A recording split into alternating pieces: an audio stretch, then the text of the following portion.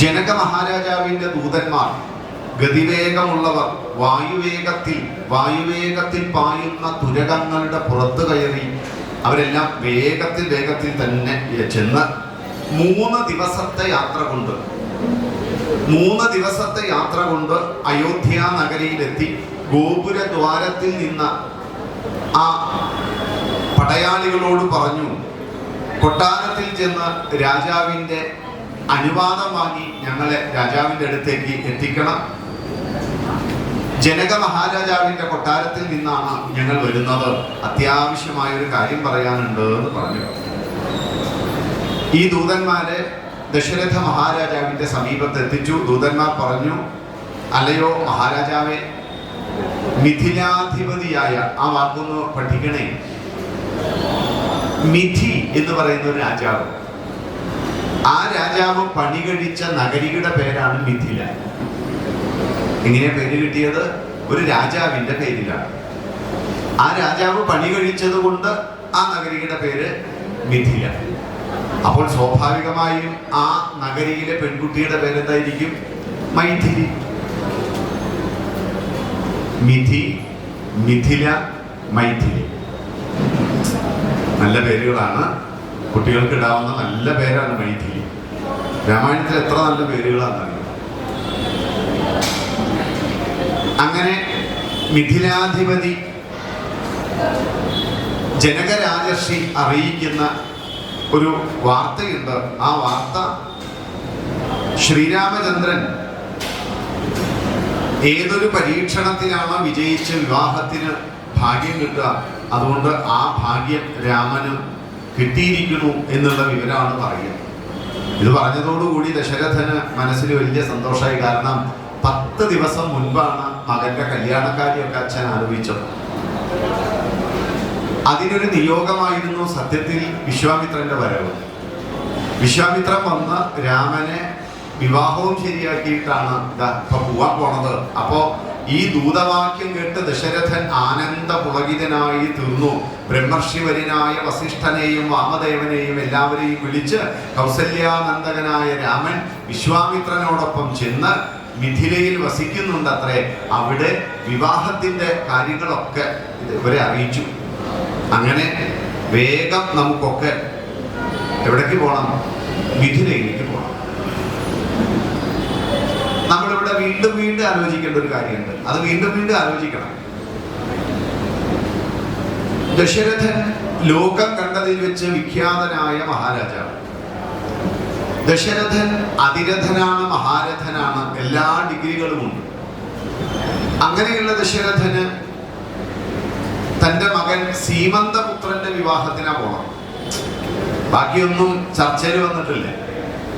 അപ്പോ സ്വാഭാവികമായിട്ടും രാജ്യം ഭരിക്കുന്ന ഒരു രാജാവിന്റെ മകന്റെ വിവാഹം, 2 രാജ്യങ്ങൾ തമ്മിൽ ബന്ധുത്വം ഉണ്ടാകാൻ പോകുന്നു. എത്ര പേര് പോകണം വിവാഹത്തിന്? പെണ്ണുകൂട്ടിക്കൊണ്ടുവരാൻ വേണ്ടി എത്ര പേര് ഈ വീട്ടിൽ നിന്ന് അങ്ങോട്ട് പോകണം? രാജാവിന്റെയാണ്. എത്ര പേര് പോകണം? കുറച്ചധികം പേര് പോകണം എന്തായാലും.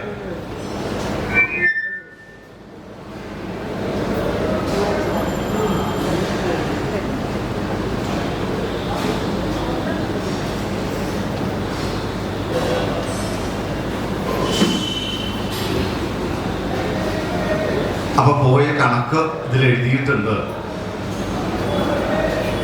വസിഷ്ഠനെയും വാമദേവനെയും ഒക്കെ ചർച്ച ചെയ്ത് പോകേണ്ട ആളുകളുടെ ലിസ്റ്റ് തയ്യാറാക്കി. ആ ലിസ്റ്റിൽ നമ്മുടെയൊക്കെ ഇന്നത്തെ സ്ഥിതിയിൽ പണം കടം വാങ്ങി ലോൺ എടുത്ത് നമ്മൾ കൊണ്ടുപോകുന്ന സംഖ്യയും, ഖജനാവിൽ നിരവധി പണമുള്ള ഒരു രാജാവ് വിവാഹത്തെ സംബന്ധിച്ച് എത്ര പേരാണ്, എങ്ങനെയുള്ളവരാണ് പോകേണ്ടത് എന്ന് വ്യക്തമായി ദശരഥൻ പറയുന്നുണ്ട്.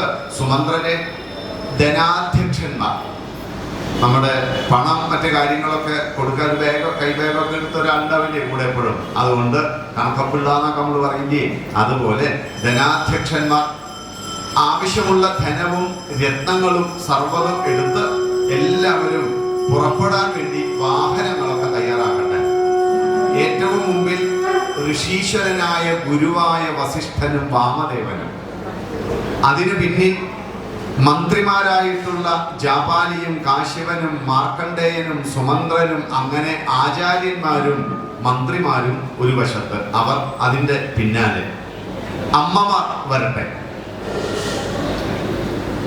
അത്യാവശ്യം മറ്റ് മക്കളെയൊക്കെ കൂട്ടി 3 അമ്മമാര്, അവരുടെ തോഴിമാര്, അമാത്യന്മാര്, ആചാര്യന്മാര്, വൈദികന്മാര്, ഋത്വിക്കുകള്, ഗുരുക്കന്മാര്, കോശാധ്യക്ഷന്മാര്, പണം ചെലവൊക്കെ നോക്കേണ്ടവര്, ഇത്രയും പേരാണ് വിവാഹത്തിന് പോകണം. ഒരു 100 പേരെന്നൊക്കെ വിചാരിക്കാം നമുക്ക്. ആരുടെ മകന്റെ വിവാഹ? ദശരഥന്റെ. ഇഷ്ടംപോലെ പണം. നമ്മൾ കാണിക്കുന്ന ധൂർത്ത് അതിന്റെ 100 ഇരട്ടിയിൽ കാണിക്കാൻ കഴിയും. പക്ഷെ വിവാഹത്തിന്റെ ഉദ്ദേശം അതല്ല. വിവാഹം എന്ന മംഗളകർമ്മത്തിൽ വിരുന്ന സൽക്കാരത്തിൽ ശ്രദ്ധ വന്നതോടുകൂടി വിവാഹത്തിൻ്റെതായ ആചരണങ്ങളൊക്കെ മാറും. വസ്ത്രവും ആഭരണങ്ങളും സൽക്കാരങ്ങളും ഭക്ഷണവും ആട്ടവും പാട്ടും കൊട്ടും ഒക്കെയായി വിവാഹം അതിൻ്റെ തനിമ മറന്നു. അപ്പിയറൻസിൽ അഭിരമിച്ചു. വാല്യൂസ്, മൂല്യങ്ങളോ മറന്നു. 5000 പേരെ വിളിക്കുന്നതായി അഭിമാനം. ഇതായിരുന്നില്ല നമ്മുടെ വിവാഹ സങ്കല്പം.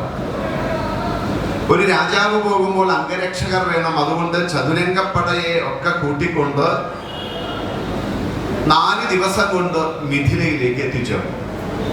ഇപ്പൊ 4, 3, 7 ദിവസം കഴിഞ്ഞേ 3 ദിവസം ദൂതന്മാര് വരാൻ ഇവിടെ നിന്നെല്ലാം ഒരുക്കി 4 ദിവസം. അപ്പൊ അവിടെ കുഞ്ഞുങ്ങള് വിവാഹത്തിന്റെ ആ തീരുമാനമൊക്കെ ആയി.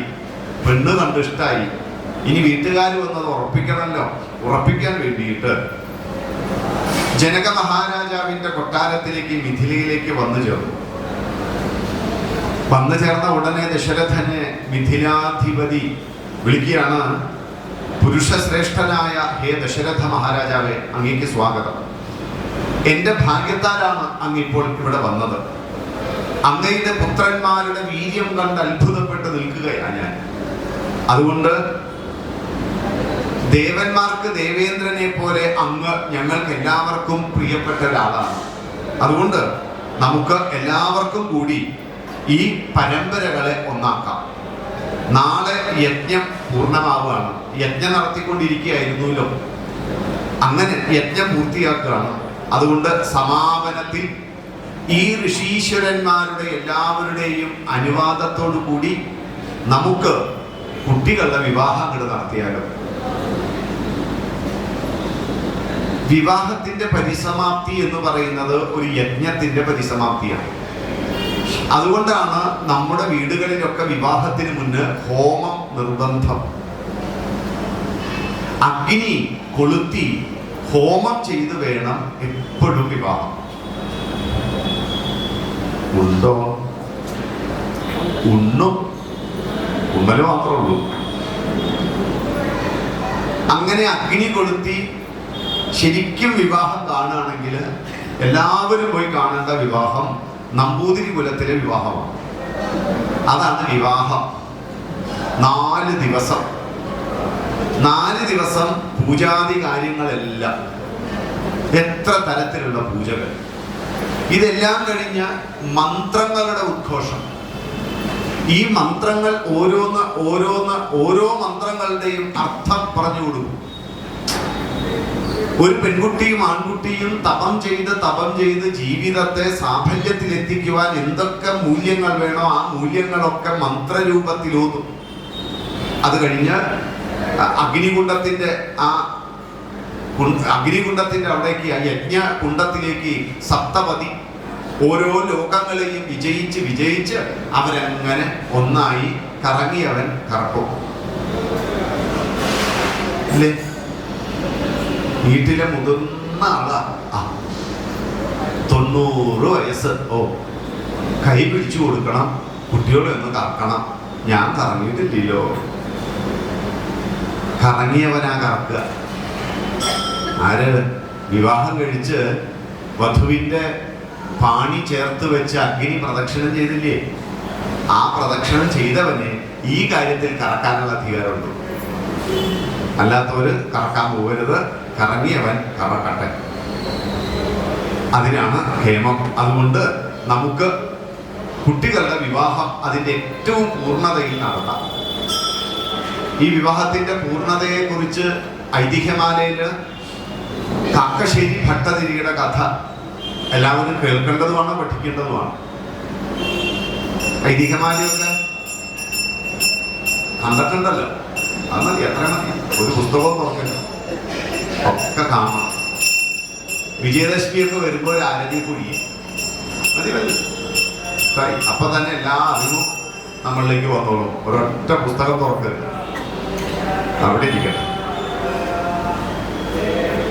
ഐതിഹ്യമാല എല്ലാവരും വായിക്കണം. പണ്ട് കോഴിക്കോട് സാമൂതിരി ഒക്കെ രാജ്യം ഭരിക്കണ കാലം വിദ്വത് സഭകളാണ്. ശരിക്കും വടക്കൻ കേരളം അറിവിന്റെ പ്രതീസകളാണ്.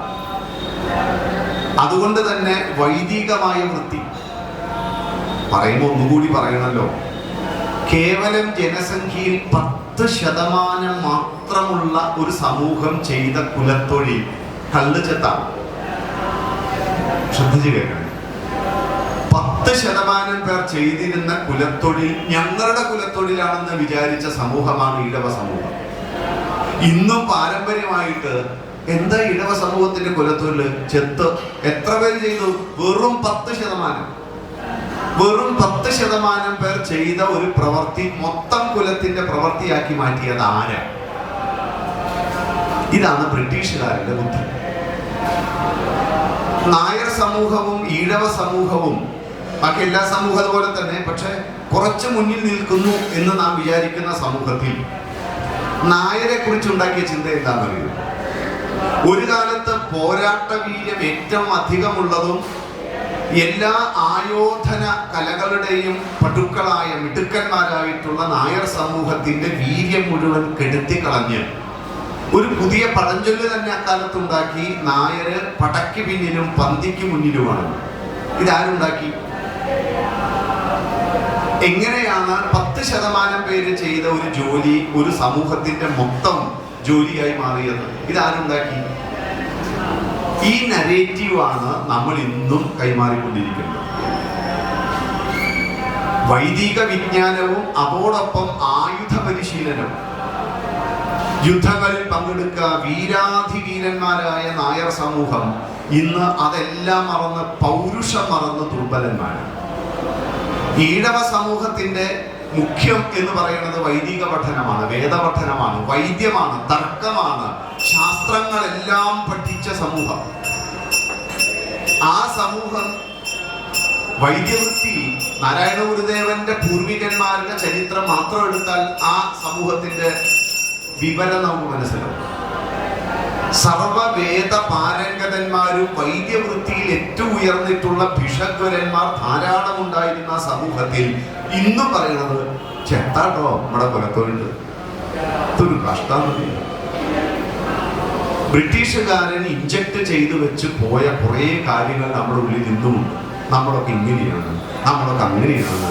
നമ്മളൊക്കെ ഈ മൊത്തം കേരളം എടുത്തു നോക്കിയാൽ അറിവ് ഏറ്റവും അധികമുള്ള, വേദത്തെ അധികരിച്ച് ഏറ്റവും അധികം തത്വജ്ഞാനങ്ങൾ അങ്ങോട്ടും ഇങ്ങോട്ടും പറഞ്ഞുകൊണ്ടിരുന്ന, തർക്കശാസ്ത്രത്തിന് ഏറ്റവും ഉദാത്തമായ സംഭാവനകൾ കൊടുത്ത ആ സമയമാണ് കോഴിക്കോട്. സാമൂതിരി രാജാക്കന്മാർ രാജ്യം ഭരിക്കുക, വലിയ വിദ്വാൻമാരുള്ള കൊട്ടാരം, പണ്ഡിതന്മാര് ചില പ്രത്യേക സമയങ്ങൾ ഒരുമിച്ചു കൂടി വാദപ്രതിവാദം നടത്തി ചിലരൊക്കെ വിജയിക്കും. വിജയിച്ചു കഴിഞ്ഞാൽ വിജയിക്കുന്ന വ്യക്തിക്ക് അവിടെ ഇരിക്കുന്ന കിഴി സ്വർണം മുഴുവൻ കൊണ്ടുപോവുക. 100 കിഴി സ്വർണം വീതം. അങ്ങനെ ഇരിക്കെ ഈ രാജകൊട്ടാരത്തിൽ ഇത്രയും വലിയൊരു കാര്യം നടക്കുന്നുണ്ടെന്ന് പറഞ്ഞ് തമിഴ്നാട്ടിൽ നിന്നൊരു വിദ്വാനായ ഒരു ശാസ്ത്രികൾ വരും. ആ ശാസ്ത്രിയുടെ പേര് ഉദ്ദണ്ഡ ശാസ്ത്രികൾ എന്നാണ്. ഉദ്ദണ്ഡ വനസഞ്ചാരിയാണ്, സിംഹമാണ്, അറിവിന്റെ അക്ഷയ ഖനി തുറന്നിട്ടുള്ള വ്യക്തിത്വമാണ് ഉദ്ദണ്ഡ ശാസ്ത്രികൾ. വയോവൃദ്ധനാണ്, 65-70 വയസ്സ്. ആ ഉദ്ദണ്ഡ ശാസ്ത്രികള് വന്ന് അവിടെയുള്ള വിദ്വാൻമാരെ മുഴുവൻ വാദപ്രതിവാദത്തിൽ തോൽപ്പിക്കും. അവിടെ ഇരുന്ന് 101 കിരിയും എടുത്ത് പോവും. 2 കൊല്ലം വാദപ്രതിവാദം നടത്തിയപ്പോഴേക്കും രാജാവിന്റെ ഖജനാവ് കാലിയായി തുടങ്ങി. ഈ വിദ്വാൻമാരെ മുഴുവൻ ശമ്പളം കൊടുത്ത് ഇരുത്തുക, വേറൊരുവൻ വന്ന് ഇതെല്ലാം അടിച്ചെടുത്ത് കൊണ്ടുപോവുക. ഒരാൾക്കൊന്നും ചെയ്യാൻ പറ്റുന്നില്ല. രാജാവ് തീരുമാനിച്ച് അങ്ങനെയാണെങ്കിൽ ഈ പണിക്കാരെന്തിനാ അദ്ദേഹത്തെ ഇരുത്തിയ പോലെ ശമ്പളം കൊടുത്ത്, ഇത്രയും വലിയ വിദ്വാൻ ഇവിടെ ഉള്ളപ്പോ എന്തിനാ ഇവരെയൊക്കെ ഇനി എന്ന് വിചാരിച്ച ആ വിചാരം എങ്ങനെയോ മനസ്സിലാക്കിയിട്ടുള്ള ഈ വിദ്വാൻമാരെല്ലാം ഗുരുവായൂരിൽ ഒരുമിച്ച് കൂടി. അവര് പറഞ്ഞു, എല്ലാ അറിവും കഴിവും എല്ലാം ഉള്ള ഒരാളെ എങ്ങനെയെങ്കിലും ഉണ്ടാക്കിയേ പറ്റുള്ളൂ. അങ്ങനെ ഈ വിദ്വാൻമാരെല്ലാം അവരുടെ കഴിവ് മുഴുവൻ ഒരു ശക്തിയിൽ സമ്മേളിക്കണം. ഇവരെല്ലാം ഉപാസന ചെയ്ത് നാമം ജപിച്ച് ഒരു നെയ്യ് അർഘ്യമുണ്ടാക്കി. ഈ നെയ്യ് ഘൃതം, ആ നെയ്യ് അന്നത്തെ കാലത്ത് ഗുരുവായൂരിൽ ഒരു ഗർഭവതിയായ ഒരു നമ്പൂതിരി അന്തർജനത്തിനെ കൊണ്ട് അത് സേവിപ്പിക്കുക. എന്നിട്ട് അവരോട് പറഞ്ഞു, മഹത്തായ ഒരു വലിയ തപസ്സിലാണ് ഞങ്ങൾ, അതുകൊണ്ട് ഈ അർപ്പിച്ചിട്ടുള്ള ഈ ഘൃതം നെയ്യ് നല്ലപോലെ ഭജിച്ച് ഭുജിച്ച് നല്ലപോലെ ഒരു നല്ല കുഞ്ഞുണ്ടാവണം. ഈ ആഗ്രഹത്തില് അവരെ അതിനു വേണ്ടി ഒരുക്കുകയാണ്. ഈ നമ്പൂതിരി അന്തർജനം പ്രസവിച്ചു വീണ ആ കുഞ്ഞ് അസാമാന്യ ബുദ്ധിശാലി. ബുദ്ധി എന്ന് പറഞ്ഞാൽ അസാമാന്യമാണ്, അപാരമാണ്, പാരം കാണാൻ പറ്റില്ല. അത്ഭുതമാണ് ഈ കുഞ്ഞ്. അതുകൊണ്ട് ഭൂതങ്ങളിൽ ഇതിനു മുമ്പ് ഇങ്ങനെ ഒന്നും ഉണ്ടായിട്ടില്ല. അതുകൊണ്ട് അത്ഭുതം. എന്തുകൊണ്ട് അത്ഭുതം? ഭൂതങ്ങളിൽ ഇതിനു മുൻപ് ഇല്ലാത്തതാണ് അത്ഭുതം. നമ്മളൊക്കെ ചില സാമ്പാറൊക്കെ വെച്ചിട്ട് പറയാറില്ല, അത്ഭുതമായിരിക്കണം, ഇതിനു മുമ്പ് ഉണ്ടായിട്ടില്ല, ആദ്യമായിട്ട് സംഭവിച്ചതാ. ഏതായാലും ആ കൂട്ടുന്ന ഒരാൾക്ക് പറഞ്ഞു കൊടുക്കാത്തതുകൊണ്ട് വലിയ കുഴപ്പമുണ്ടായിട്ടില്ല, വീട്ടിൽ സമാധാനം. ഈ അത്ഭുതവും അപാരവുമായ പാണ്ഡിത്യമുള്ള ഇദ്ദേഹത്തിന്റെ ഈ ഒരു കഴിവ്, അപ്പൊ ഈ കുട്ടി ജനിച്ച് കുറച്ച് കഴിഞ്ഞപ്പോൾ കുട്ടിയുടെ അച്ഛൻ മരിച്ചു. ഏതായാലും ഈ കുട്ടിക്ക് 3 വയസ്സ് ഒക്കെ ഉള്ളപ്പോ അച്ഛൻ മരണപ്പെട്ട വർഷത്തിൽ നടക്കേണ്ട സംവത്സരങ്ങളിലുള്ള ഈ ശ്രാദ്ധകർമ്മങ്ങൾ കുട്ടി ചെയ്യും. അപ്പൊ ഈ അച്ഛനെ മനസ്സിൽ ധ്യാനിച്ച്, പിതൃക്കളെ മനസ്സിൽ ധ്യാനിച്ച് നമ്മൾ പിണ്ടബലി ഇങ്ങനെ അർപ്പിക്കുമല്ലോ. ഈ പിണ്ടബലി അർപ്പിക്കാൻ ഈ കുട്ടി അർപ്പിച്ച് ആ പിണ്ടബലി കഴിക്കാൻ കാക്കകളെ കൈയടിച്ചു വരുത്തൂല്ലോ. അപ്പോ അന്നും കാക്കയ്ക്ക് കൊടുക്കാൻ ഇഷ്ടം, ഇന്നും കാക്കയ്ക്ക് കൊടുക്കാൻ തന്നെ ഇഷ്ടം. നിങ്ങൾ കേരളത്തിലൊക്കെ ഒന്ന് വരണം. ഒരു കാക്കേനെ ഡബിൾ ഇൻവെർട്ടർ കോമേ കേൾക്കണം, ഒരു കാക്കേനെ കാക്കയായിട്ട് കേൾക്കണം. അന്നും ഇഷ്ടവർക്ക് തന്നെ. അതുകൊണ്ട് എല്ലാം കൈയയച്ച് കൊടുക്കാൻ വേണ്ടി ഈ കൈ കൊട്ടി കാക്കകളെ വിളിക്കുമ്പോൾ കുറേ കാക്കകൾ വന്ന് ഈ ചോറ് കഴിക്കും. അപ്പൊ ഈ കുട്ടി അമ്മയോട് പറയാമേ, ഈ കാക്കയുണ്ടല്ലോ അപ്പുറത്തെ പ്രദേശത്തുള്ളതാ, ഈ കാക്കയുടെ വീട്ടുകാരാ, ഈ കാക്ക ആ തെങ്ങില്ല, ആ കാക്ക അപ്പുറത്തെ തെങ്ങില്ല, ഈ കാക്കി ബന്ധുക്കളാ. ഓരോ കാക്കകളെയും